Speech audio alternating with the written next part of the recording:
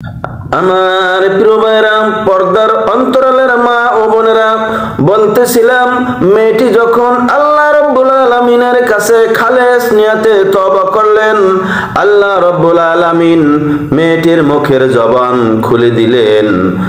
তখন মেয়েটি জনসম্মুখে দাঁড়িয়ে বলল, হে মুসা, আমি সাক্ষ্য দিচ্ছি আপনার মতো দামি এবং পবিত্র পয়গম্বর আর কেউ নাই। কারণ আমাকে স্বর্ণ অলংকার এবং টাকার লোভ দেখায় আমাকে সাজাইয়াছে। আমি আপনার বিরুদ্ধে মিথ্যা অপবাদ দেওয়ার জন্য না না না আমি চেষ্টা করেছিলাম। মোটা অঙ্কের স্বর্ণ অলংকার এবং টাকার লোভ সামলাইতে না পেরে যখনই আমি তার বিরুদ্ধে মিথ্যা অপবাদ দেওয়ার জন্য দাঁড়িয়েছি, আল্লাহ রাব্বুল আলামিন সাথে সাথে আমার জবান বন্ধ করে দিয়েছেন। আমি আল্লাহ রাব্বুল আলামিনের কাছে খালেস নিয়তে তওবা করেছি বিদায় আল্লাহ রাব্বুল আলামিন আমাকে মুখের জবান খুলে দিয়েছেন। হে মুসা, আপনি একজন পয়গম্বর, আপনার দ্বারা কোনো গুনার কাজ হতে পারে না। এই কথা শ্রবণ করা মাত্র হযরতে মুসা আলাইহিস সালাম অজ্ঞান হয়ে পড়লেন।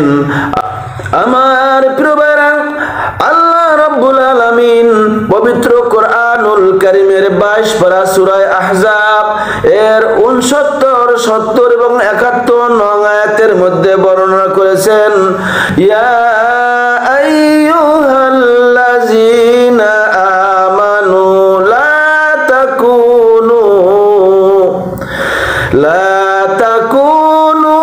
কাল্লাযীনা আযাউ মূসা ফাবাররাহু আল্লাহু মিম্মা ক্বালু ওয়া কানা ইনদাল্লাহি ওয়াজিহা। আল্লাহ রাব্বুল আলামিন বললেন, হে মুমিনেরা, হে ঈমানদারগণ, তোমরা ওই সকল লোকদের ন্যায় হয়ো না যারা মুসা আলাইহিস সালামকে কষ্ট দিয়েছে।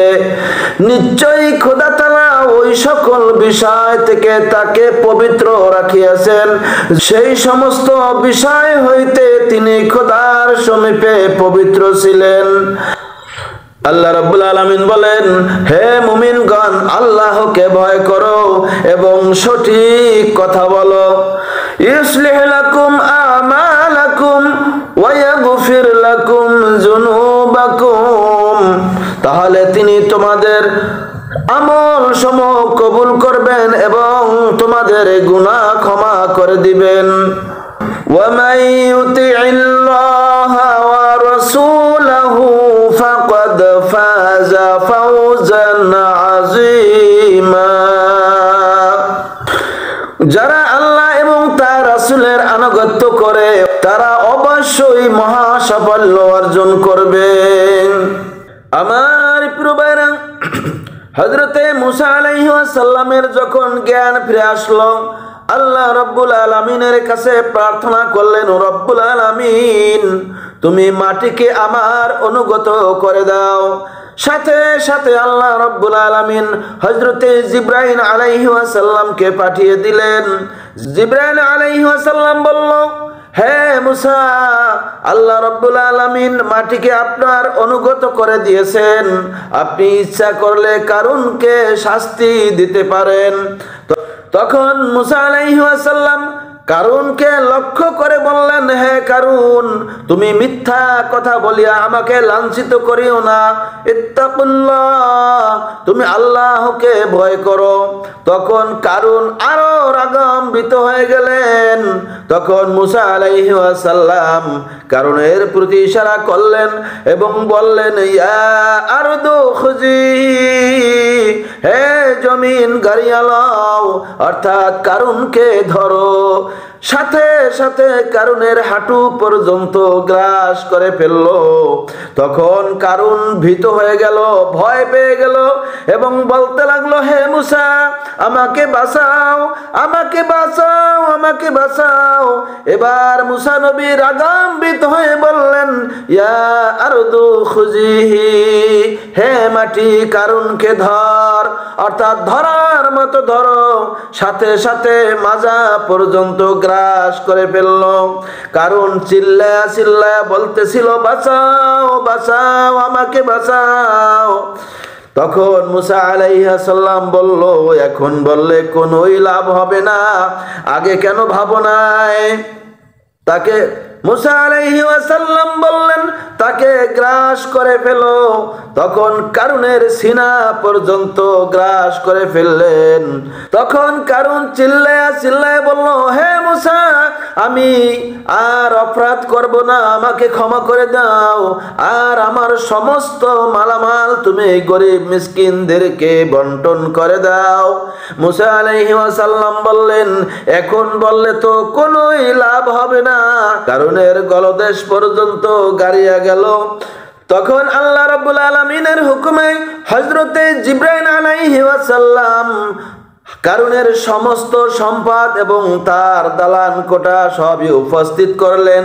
তখন হযরতে মুসা আলাইহিস সালাম বললেন, হে কারুন, ওই দেখো তোমার প্রিয় ধন দৌলত। তখন আল্লাহ রাব্বুল আলামিনের নির্দেশে কারুনের সমস্ত সম্পদ এবং দালান কোঠা সহ তাকে গ্রাস করে ফেললেন, উদারস্থ করে দিলেন। আল্লাহ রাব্বুল আলামিন বলেন, ফাখাসাফনা বিহি ওয়া বিদারিহিল আরদ, নিশ্চয় আমি কারুনকে ও তার দালান কোঠা ইত্যাদি জমিনে গাড়িয়ে দিয়েছি। এমত অবস্থায় তাহার রক্ষাকর্তা আর কেউই ছিল না। আমার প্রিয় ভাইরা, পর্দার অন্তরালের মা ও বোনেরা, কারুন চূড়ান্ত ধ্বংস হয়ে যাওয়ার পর আল্লাহ রাব্বুল আলামিন ওহী নাজিল করে বললেন, হে মুসা, তুমি যতবার কারুনের প্রতি নজর করেছিলে, আমি আল্লাহ রাব্বুল আলামিন তার চাইতে বেশি নজর দিয়েছিলাম। ওই কারুন তোমাকে যতবার বলেছে, হে মুসা, আমাকে বাঁচাও, আমাকে বাঁচাও, আমাকে বাঁচাও, কিন্তু সে যদি তোমাকে না বলে, আমি আল্লাহকে যদি একটি বার বলতো, হে আল্লাহ তুমি আমাকে বাঁচাও, তাহলে আমি তাকে বাঁচার জন্য রাস্তা খুলে দিতাম।